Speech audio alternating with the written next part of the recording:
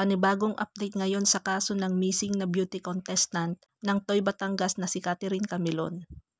Wala pa ring malinaw na nangyayari sa kaso ng pagkawala ng teacher at beauty contestant ng Toy Batangas na si Catherine Camilon.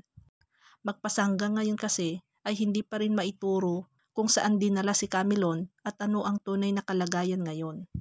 Ang kanyang sasakyan na Nissan Juke ay hindi pa rin mahanap kahit nangako na ng PNP na gagawin ng lahat para ma-recover ang sasakyan ng babae.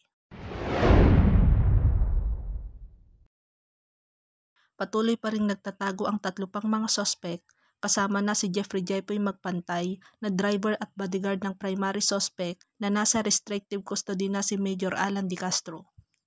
Kahit nag-utos na si Senator Raffy Tulfo na magbibigay ng kalahating milyon reward sa makakapagturo sa nasabing driver ay wala pa ring lead kung saan at ano na ang nangyari kay Magpantay. Nanindigan naman ng PNP na limitado lamang ang kanilang gawin kay Major Alan De Castro dahil restrictive custody pa lamang ang suspect at hindi pa ito naididiin sa pagkawala ni Camilon, kaya nakakagamit pa ito ng cellphone at nakakakontak sa labas. Maluwag din ang kalagayan niya sa loob ng kampo. Ito ngayon ang inirereklamo ng mga netizens, ang pagtrato ng otoridad sa naturang suspect na umamin na karelasyon niya si Camilon, subalit tikom ang bibig sa nangyari sa kasintahan.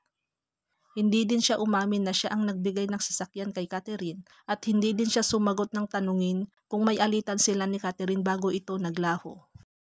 Nais din ngayon paimbestigahan ng mga netizen at pamilya ni Catherine ang legal wife ng police major na tumanggi na humarap sa PNP at magbigay ng salaysay. Nanatili pa rin itong umiiwas sa nangyari.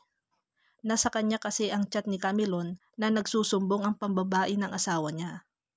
Tinuntun di umano ito ang bahay ng teacher at kinumpronta ang pamilya ni Catherine at posibleng alam din ito ang ginagastos ng asawa sa karelasyon nito ng guro. Marami ngayon ang naniniwala na sadyang malinis at plinano ang pagkawala ni Catherine at hindi lang isa o dalawa ang maaring sangkot dito. Base sa salaysay ng 2 witness na nakakita ay maliban sa 4 na nakita nila noong gabi October 12 na lumipat kay Catherine sa isang sasakyan ay baka meron pang ibang tao sa loob ng sasakyan na hindi bumaba. Nang lumapit ang pamilya ng biktima sa sikat na manghuhula na si Jay Costura ay nabasa niya sa baraha na ibinyahe ang biktima sa iba't ibang lugar. Ikinulong di umano sa madilim na lugar sa bahay na may pinturang puti at mayroong sagingan sa likod nito. Nakita din niya ang sharp object. Patunay na sinasaktan di umano ang babae at mas lamang daw ang itim kaysa sa pula na ayon sa psychic reader ay hindi naging mabuti ang kalagayan ng babae. Samantalang positibo pa rin ang pamilya ni Catherine Camilon na buhay pa rin ang kanilang kapamilya.